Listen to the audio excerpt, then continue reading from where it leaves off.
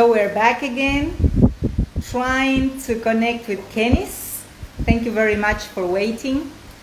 This is our 24th happy hour. And today we are with Kennis Luke.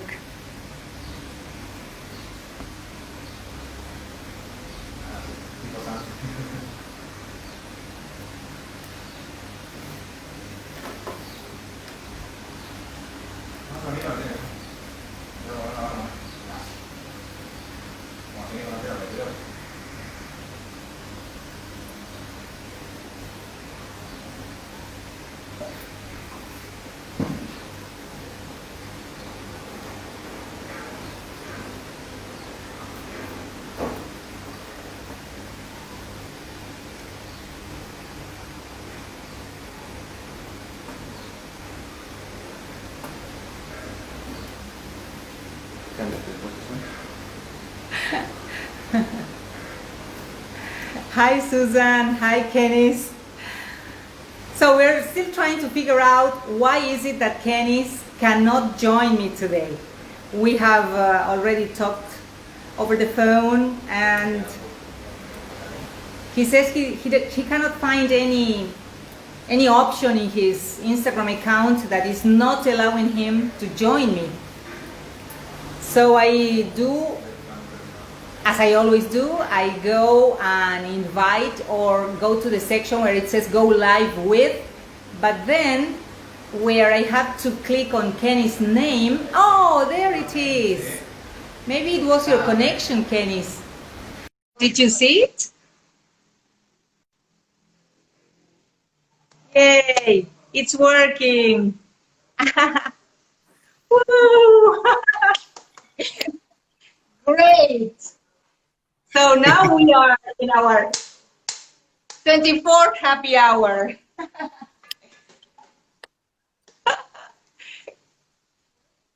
How are you, Kenny? Oh, I'm good. I'm so happy we could connect. Yes. So maybe it was the connection, because there were several people saying that they couldn't get a proper connection. So maybe it was that. Who knows? You never know with this technology, you know? Yeah. Working online these days, there's always some sort of technology, something.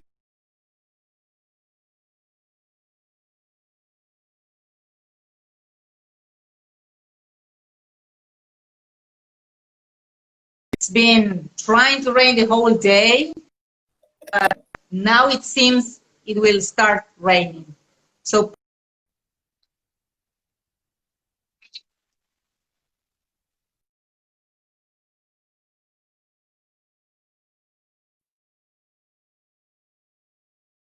the chat.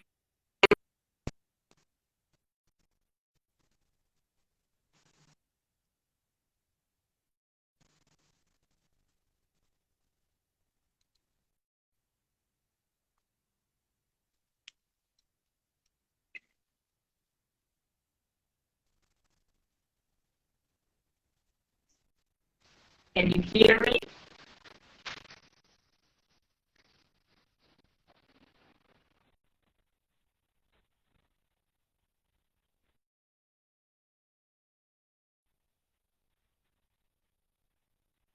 We have to be very patient today because of the rain. Can you hear me? I can see you frozen there.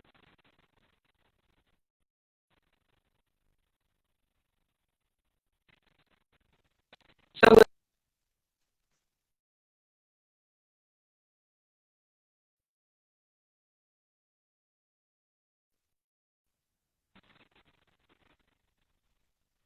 if you can hear me, could you please use it?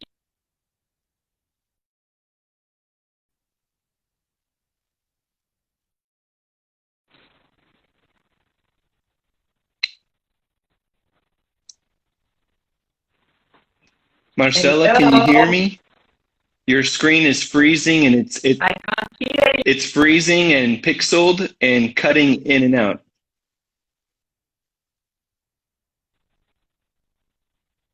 Marcela, can you hear me?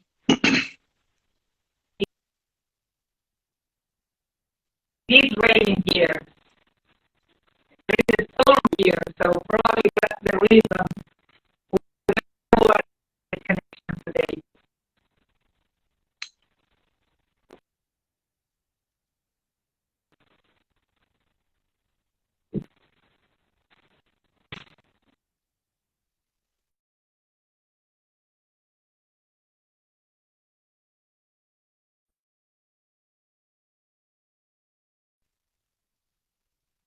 Can you hear me now, Marcela?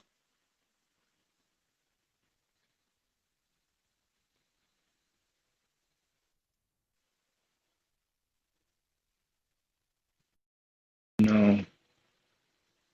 Still having difficulty seeing and hearing you.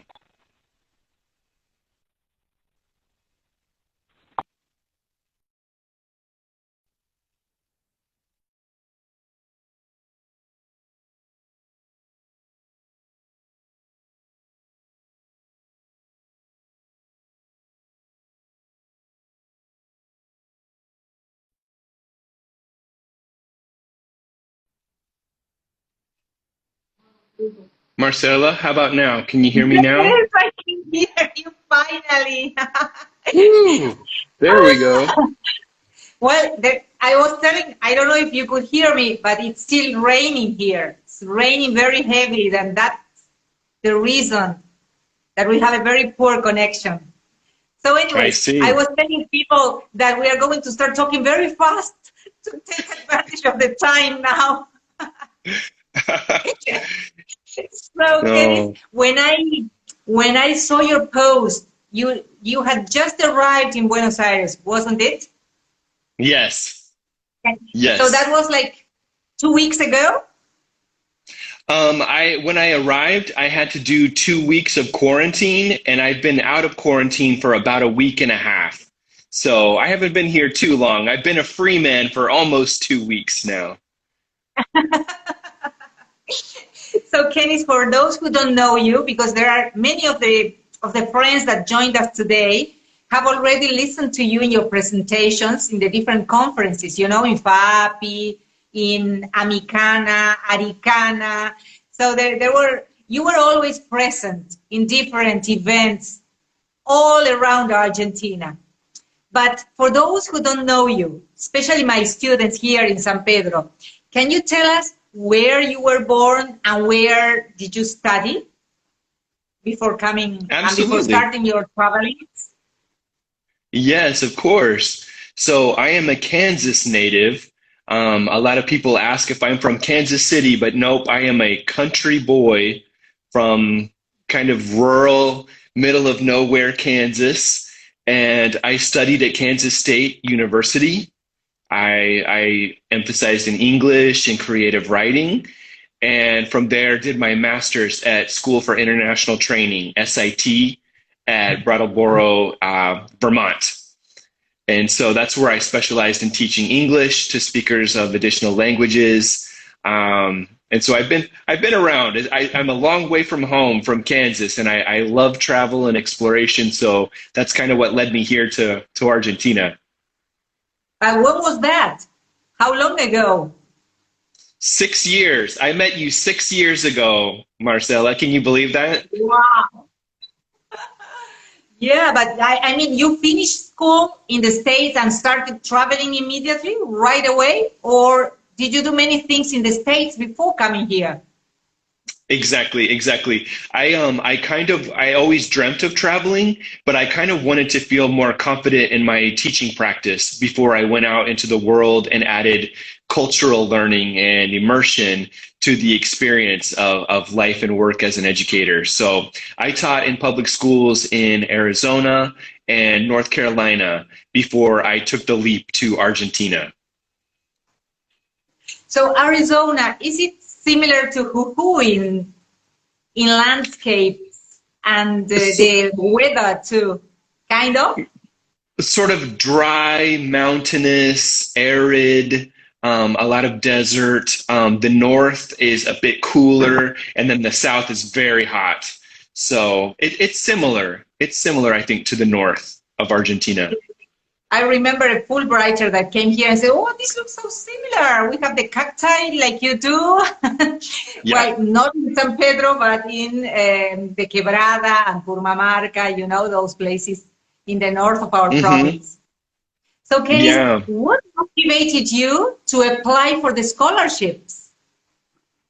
Well, I was living and working as a public school teacher in the U.S., and was working with completely international populations of students, a lot of children from Latin America, a lot of students from, Eastern Europe, and they were just the most beautiful cultures. But working in public schools, I never could afford to go on vacations to visit some of these beautiful places that my kids were coming from, their families were coming from, and it was my dream.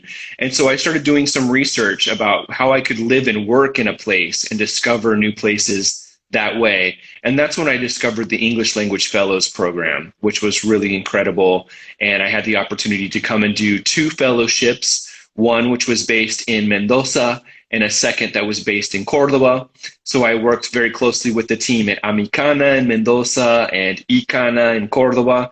And they also allowed me to network all around Argentina at different events and conferences and universities and public schools and escuelas normales. I really got to see so much. Yes, and I can see many people joining here that probably met you in those conferences, like Papi, for example. That's the wonderful thing about the programs of the U.S. Embassy, the wonderful networking that starts taking people from one place to the other, because we are very fortunate to get sponsorship from the U.S. Embassy when we organize events. We write to them and we ask, can you help us? Can you send somebody to train us in phonetics or in writing or any specialization that you may have? And they help us a lot. So they are always collaborating with organizations all over Argentina in these kinds of trainings. And of course, that takes you to visiting different provinces too. Absolutely. I've seen waves and hellos from people that I've met from different conferences. And I've had people tell me that I've seen more of Argentina than some of my Argentine friends and colleagues have gotten to see. So it's a tremendous gift. And the embassy really opened my eyes. They opened my mind and opened professional doors for me that I would not have otherwise been able to achieve just in my bubble as as a school teacher back in North America. So when you were in the States, when you were teaching there and working there, or when you were studying there, what was your perspective about Argentina? What were your ideas about Latin America? Do you remember? Very limited. I feel like for Argentina, I knew some general things. I knew that tango music originated from there. I knew that excellent beef came from there. Whenever I would buy a nice quality imported steak, it was very often from Argentina. And, Kansas, we're meat eaters and we love our steaks. So I knew that, excellent meat came from Argentina, but I didn't know that much. I knew, Spanish was the language. I didn't know how distinct the Spanish language was here compared to other Latin American countries. So being here has completely shifted my mindset about what it means to really just the diversity in Latin America and the diversity in Argentina. It's a very diverse country. So, Kennis, before we go on, are you drinking anything in our happy hour? I'm not. I was so worried that I wouldn't be able to connect properly that I should have brought a cup of red wine with me to happy hour, but I wanted to make sure we could connect. You were so worried that you forgot it was a happy hour, Kennis. I know. I'll have to have my drink afterwards, but I've definitely got some Malbec waiting for me. Whoa, how nice. People fall in love with Malbec when they come to live in Argentina. It's excellent. It's excellent. That's probably my favorite. And Torrontés. I discovered Torrontés, which I think the north produces quite a bit of that too. So that's nice. Yes. I love Torrontés too. So, Kennis, that was your idea about Argentina when you were in the States. Now, then you came here, and what did you have love at first sight with? Like you saw it, said, whoa. Yeah. I can remember my first day in Mendoza when I arrived, and I stepped outside into Plaza Independencia, and the open green public spaces that are very common in Argentine cities are just magnificent to me. I love that. And it's very walkable.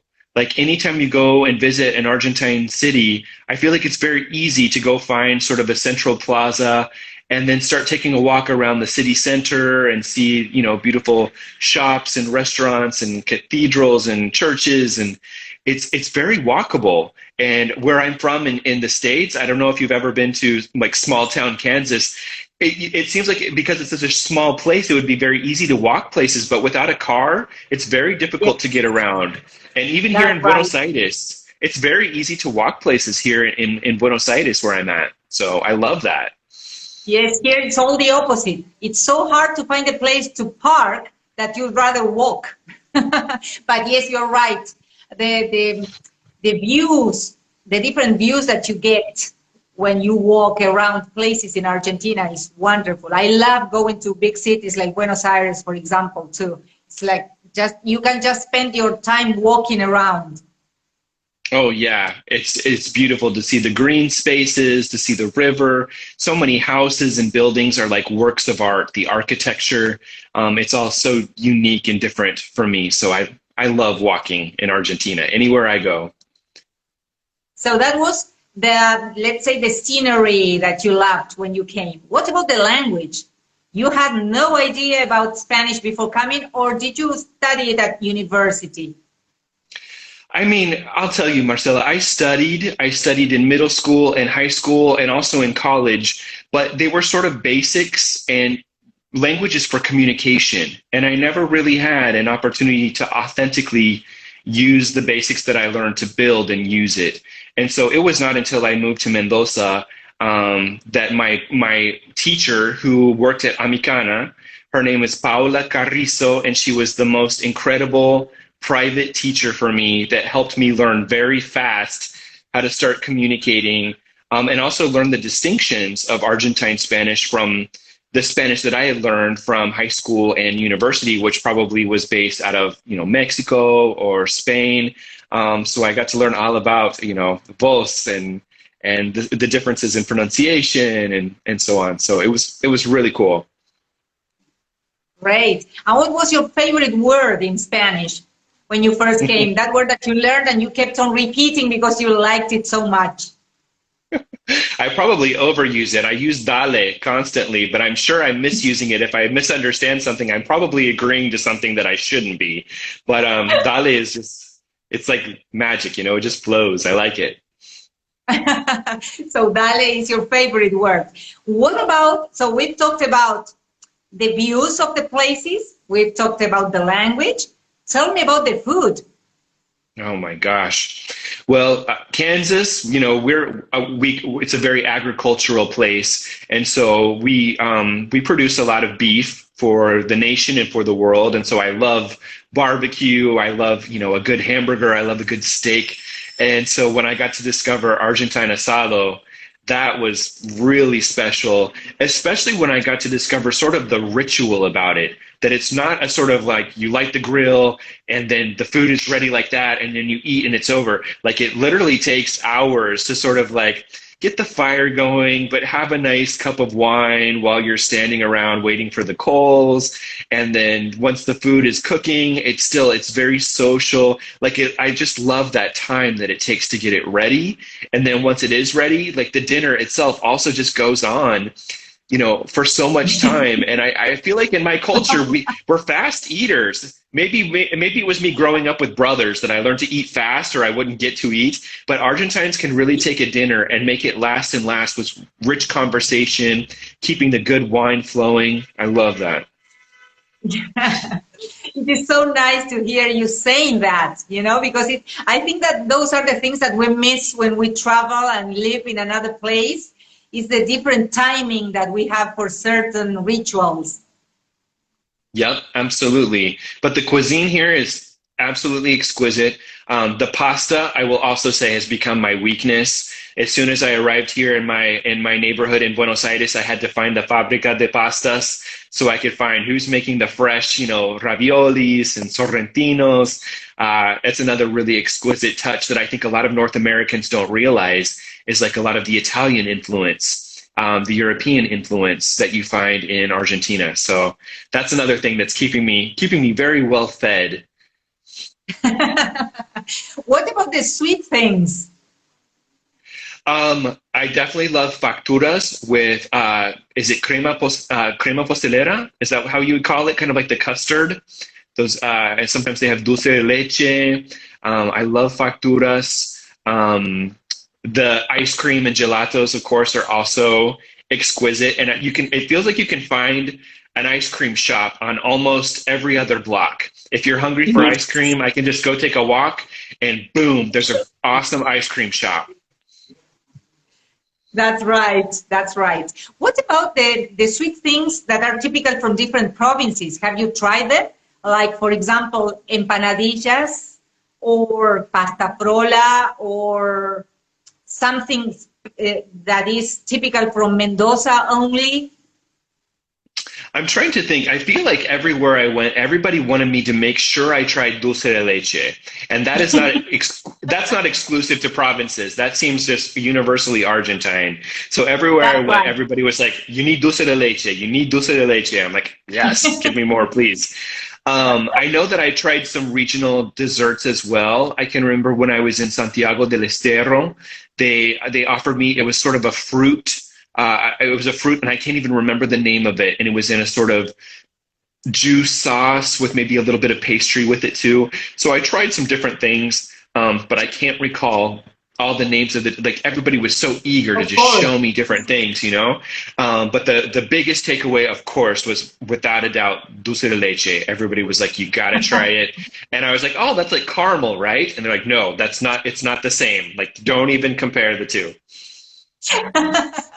Yes, we're very proud of, we're very proud of that. Yep. So, Kennis, you came here, like you said, 6 years ago. Then your grant finished and you had to go back to the States. Well, that's right. I was very lucky, Marcela. I loved the work so much that I applied for the same program and was accepted in a different region. I was offered another fellowship in Chile.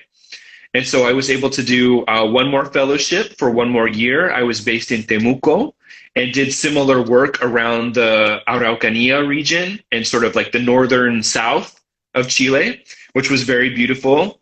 But that was when I started kind of getting to miss having a school, having like I was living out of a suitcase a lot and kind of missed having like a home base headquarters. And so that was when I sought out a job in Cartagena, Colombia. So I could have like my own, my school, my community. I wasn't bouncing around so much, but I could really settle in and kind of get to feel at home for a little while. So I went from Argentina to Chile to Colombia and now back to Argentina again. But when you were here in Argentina, you worked at both places, in Mendoza and in Cordoba. Oh, yeah. Yeah. And those were sort of my bases. But there were times when I would go and visit the north, and I would see a couple of binational centers there, or they would send me around Mendoza province, so I would get to go to San Rafael and do workshops around there. So I was very much on the road, even though I was living in Mendoza or Cordoba. I got to see quite a bit. And when did you meet Mathilde? She was probably, I think I got to meet her my second or third day in Argentina. I had flown into Buenos Aires for an orientation with the embassy. And so while we were in Buenos Aires, they said, well, we're going to pop over to Rosario so that you can meet your fellow and get to see the work that she's been doing, because she was newly arrived. And so I got to visit her, and she has just been a dear friend ever since. She was doing extraordinary work in Argentina, of course, but she has gone on to do amazing things since, and we stay very much in close contact. Yes, she was in Salta. That's where I met her. Yep. She did Rosario and Salta the way that I did Mendoza and Cordoba. Those were her binational center bases. But she also did quite a bit of traveling, and I think the North really stuck with Matilde. I really loved seeing this Parisian, French American woman discovering gaucho horseback riding and living in the countryside, and just she just really discovered and fell in love with the North. I think it was really beautiful to see. Yes. So you traveled a lot while in Argentina and then when in Chile and Colombia too. Did you get to see the country, Chile and Colombia? I did. I wish I had seen a little bit more of the north of Chile. I saw quite a bit of the center and southern region. And then Colombia, I got to see quite a bit there too because I was there for 3 years, which Colombia is also just a magical place that I hope I can have the opportunity to go back and visit very soon because it was also extraordinary and very diverse and distinct. So, Kennis, how do you feel when you go back to the States? Do you feel like at home, or you feel like, okay, that's enough, I have to start packing again? Yeah, that's an awesome question. Home is such a loaded word, I think, for nomads like me, where we're not even quite sure. Is home where I was born? Is home where my family is? Is home where I'm living right now?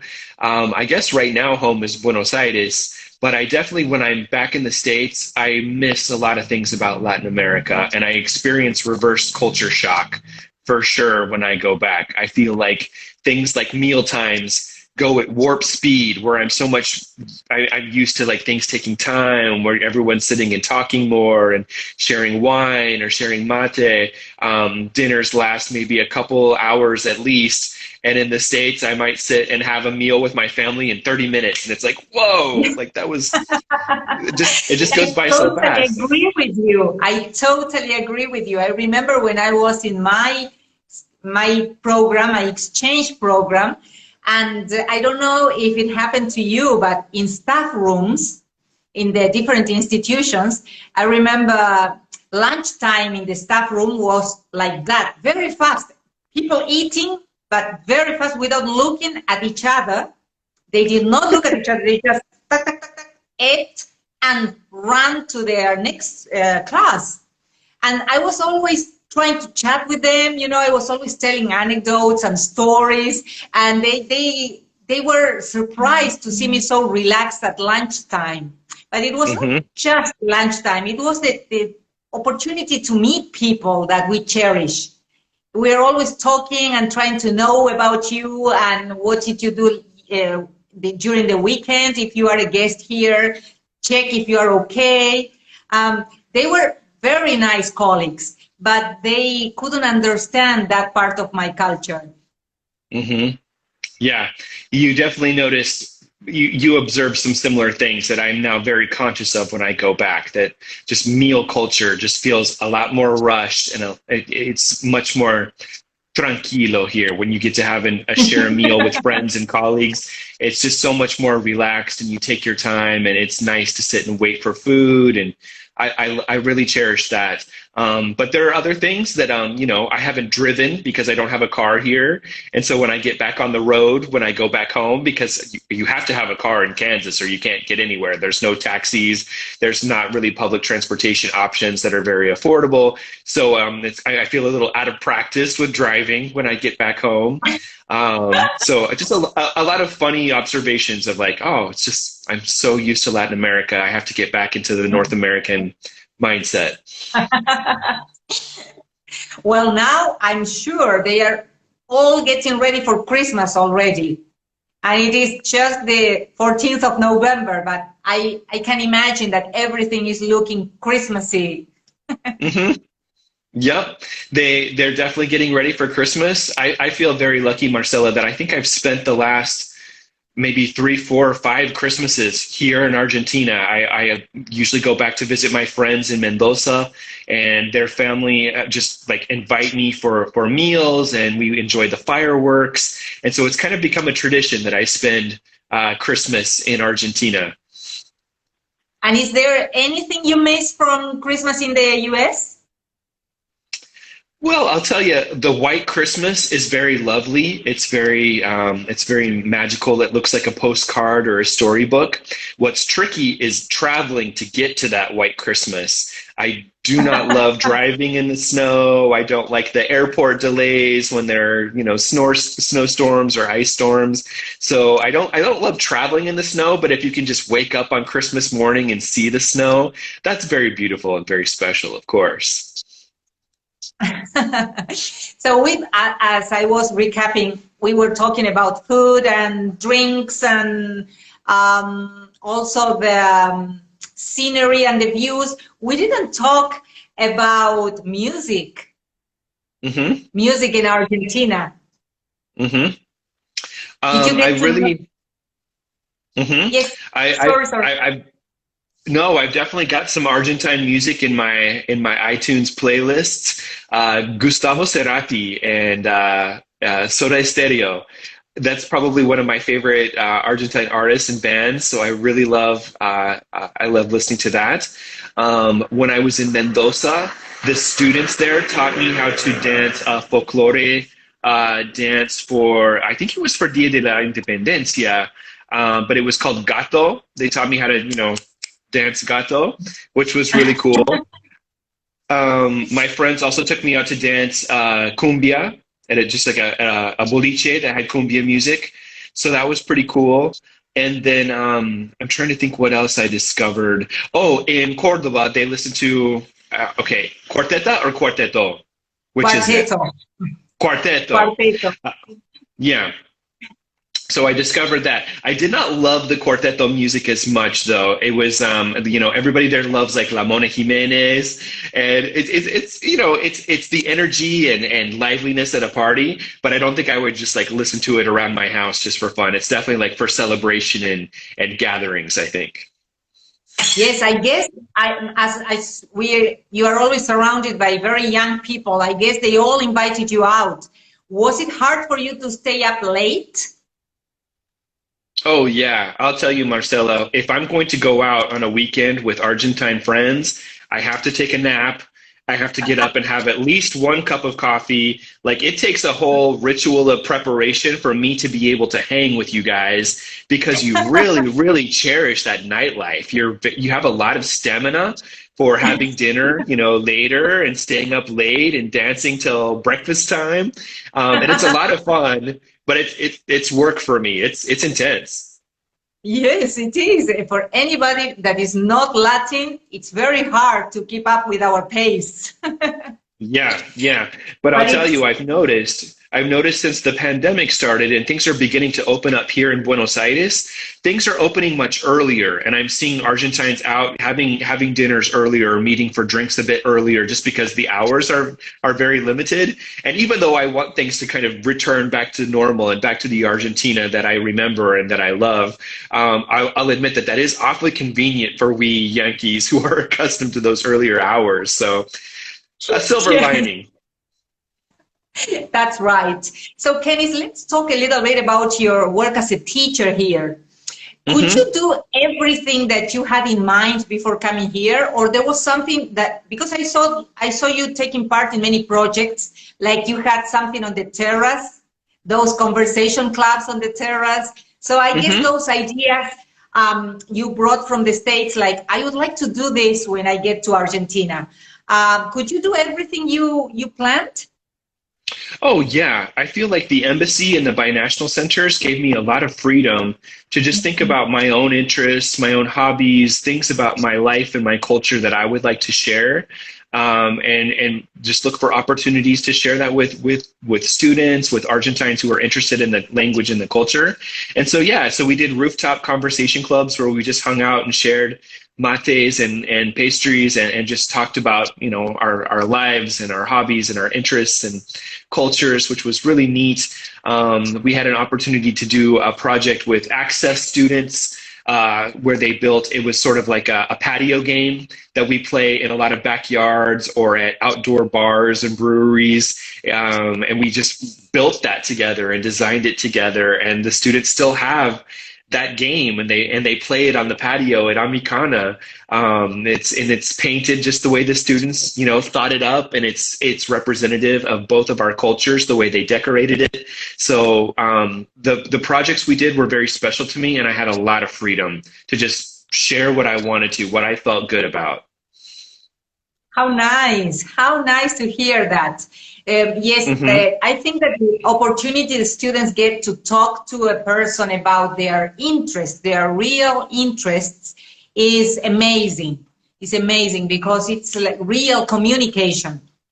It's where they get to correct their mistakes without noticing, because they are just listening to a native speaker and using phrases that maybe they haven't used before, and they adapt their language to the communication pace. You know, they start using phrases, using words that maybe they have not read about before. Exactly. That authentic communication piece. And that's what was missing for me from my Spanish studies in the States. So I'm so happy that so many of my, you know, associates and colleagues and friends in Argentina had that opportunity to just really communicate with somebody from another place, you know? So you said that when you came to Argentina, the word that you loved was Dali, right? What about when you went to Chile? What I loved in Chile was discovering the nuances of like the Mapuche words that are embedded in the culture and the language. So I remember there was like a woman with a baby on the bus, and they said that was a wawa, I think is what they called the baby. And so just little touches of like, exactly, just little moments where there were these sprinkles of the indigenous culture that's very much embedded in Chile's history and present. I thought that was really unique and special. And in Colombia? Well, lucky me, I feel like I have this talent for living in Latin American cultures with very distinct Spanish that can sometimes be a bit tricky for North Americans to come and immerse and learn. Argentine Spanish, as we talked about, is very unique and kind of has its own subtle differences with pronunciation and grammar. And then Chile, of course, they have, you know, the bits of indigenous words, the intonation, the speed. I felt like Chileno Spanish was a bit faster, so I really had to listen carefully. And then I got to Colombia, and everyone, you know, in my country thinks that Colombian Spanish is like famous for their, you know, clarity of their Spanish, and it's a good place to go and study and learn Spanish. But I was living on the coast, and so the accent was very like Afro-Caribeño. It was very distinct. It was coastal Colombian, which is very beautiful, but sounds very distinct from Spanish you would hear in Bogota or Medellin. So I've had an opportunity to see those nuances of Spanishes within these countries, you know?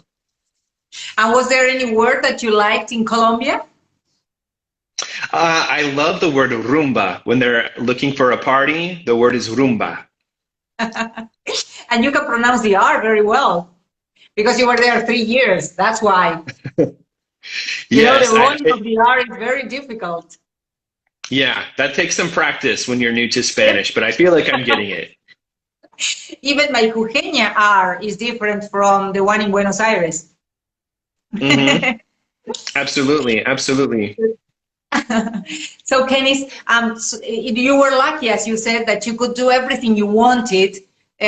Talking about teaching, teaching-wise, you felt like fulfilled because the things that you have planned or anything that you wanted to do, the binational centers allowed you to do. So that was very nice, really. And is there anything you're missing? Like, for example, not in the binational centers, but in some schools, maybe that you visited, you could see that we don't have all the technology that schools in the United States have, that most schools have. But in spite of that, we are very motivated professionals and we do our best, and we don't miss the technology when we are there, when we are in real classrooms. Now, we do have to use the technology. But when we were teaching, it's just with the board, as you have noticed. You may have noticed. Yeah.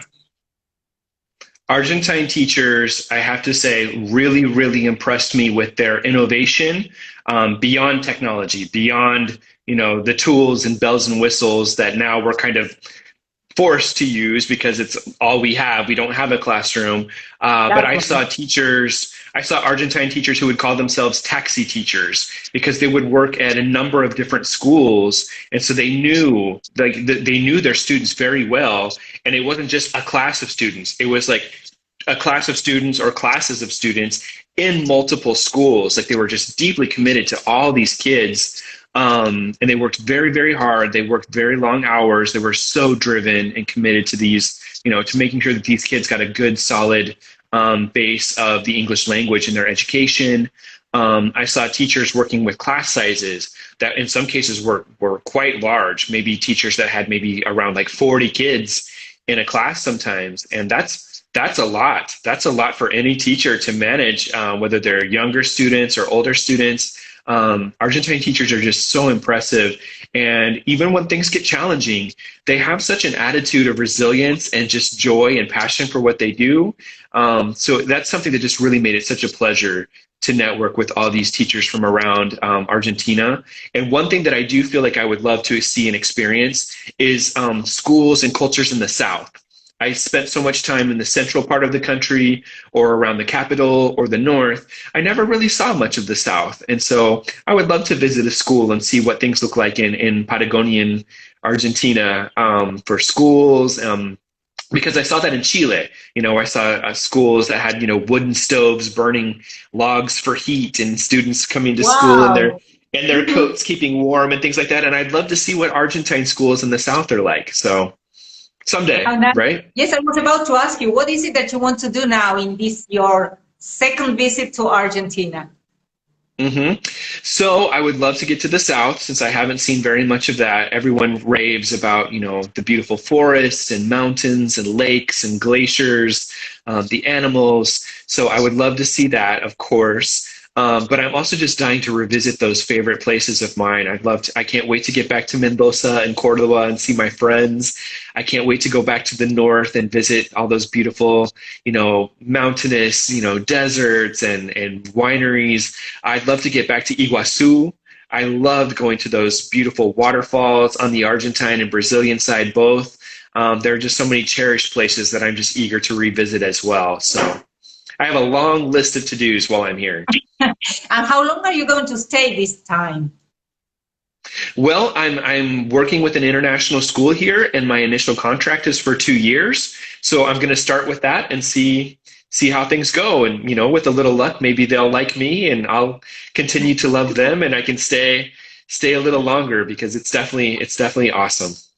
How nice. So Kennis, you mentioned that you are in a big family.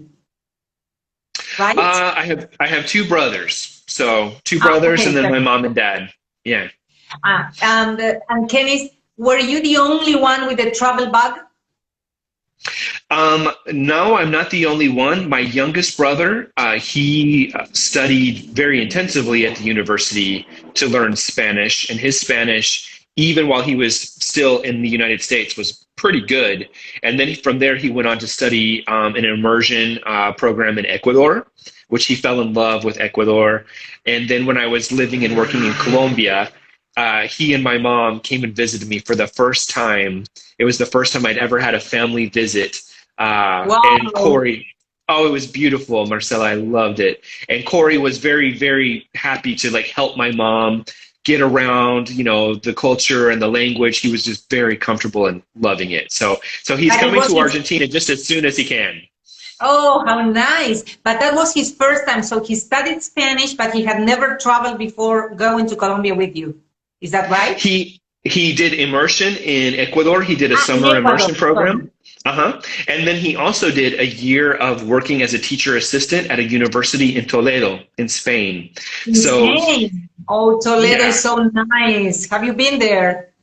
No, he's planning to go back to Spain to get his master's this summer, North American summer.